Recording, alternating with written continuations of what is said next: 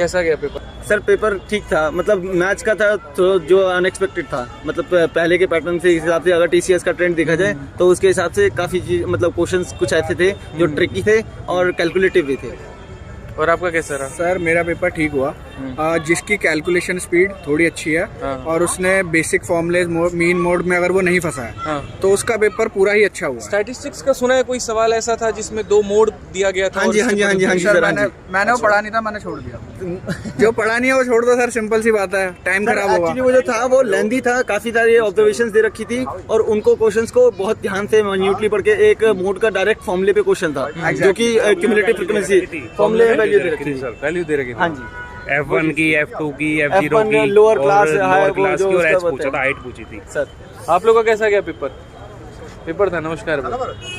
और बाकी रीजनिंग का क्या लेवल? रीजनिंग इजी थी सर, 1-2 क्वेश्चन थे जो थोड़े बहुत आपको फंसा सकते हैं, वरना तो इंग्लिश इतनी इजी थी कि पिछले से मतलब 50% भी लगा लो तो काइंड ऑफ मतलब बहुत ही अनएक्सपेक्टेडली इजी थी, अनएक्सपेक्टेडली इजी। मतलब इतना तो कि आपका ज़्यादा से ज़्यादा पैराग्राफ जो था उसमें आपका टाइटल पूछ लिया, टोन पूछ ली, that's it, that was the most difficult thing.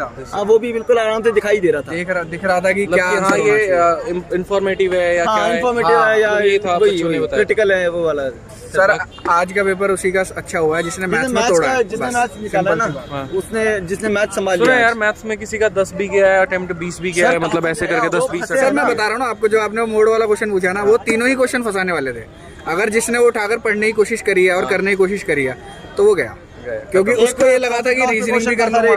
एक प्रॉफिट लॉस पे क्वेश्चन था जिसमें एप्पल्स की अमाउंट भी पूछा गया था, जिसने बायर में भी उसने चीटिंग की हुई थी 950 ग्राम और सेलर में भी 850 ग्राम दिया हुआ था।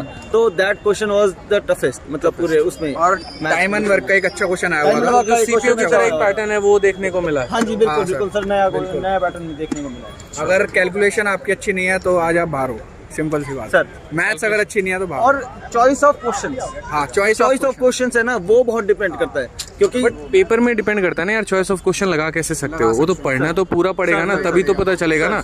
और मुझे तो ऐसा लग रहा है क्वेश्चन पढ़ने के बाद बच्चे को लग रहा था कि बन जाएगा, आधे रास्ते में जाने के बाद वो अटका।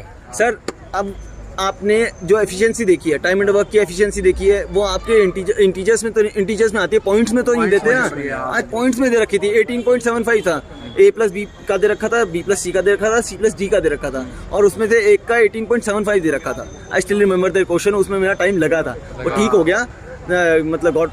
सर प्रोबेबिलिटी का क्वेश्चन आया, आप लोग का ही पेपर था क्या? कैसा गया पेपर? बढ़िया।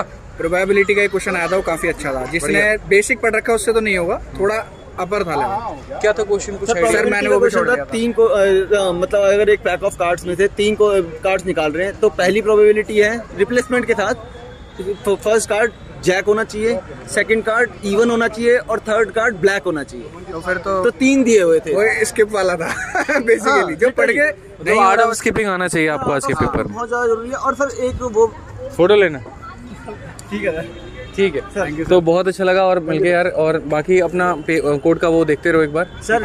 कर रहे हैं 31 को हमारी वो है सर।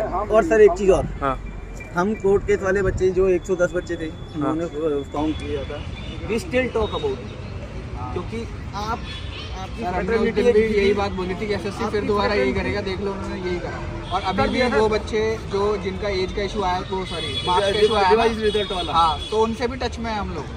उनको भी हमने फिर बताया कि भैया तुम हमारे साइड में तो आए नहीं उस दिन, अब देख लो तुम, ये लोग इन्होंने अपनी मन मर्जी से कर दिया। उस टाइम पे आपके अलावा और कोई टीचर सपोर्ट, अगर ये उस दिन ही करते थे ना सर, ये दिन आते ही कोई इनके नोटिफिकेशन में, मतलब हमारी कोशिश से अगर कुछ बच्चों का सिलेक्शन हो जाए सर वही बात है सर, सिलेक्शन नहीं भी थोड़ा होता बहुत उसमें किया तभी तो आज एंट्री है, फिर वो नहीं होगा। इसके अलावा किसी भी भाई का कोई भी डाउट रहता है तो इस कमेंट बॉक्स में आप ज़रूर बता देना। अगर आपको वीडियो अच्छी लगी तो चैनल को सब्सक्राइब और वीडियो को लाइक ज़रूर कर दीजिएगा और आगे लोगों तक भी अपने शेयर ज़रूर करिएगा, ठीक है।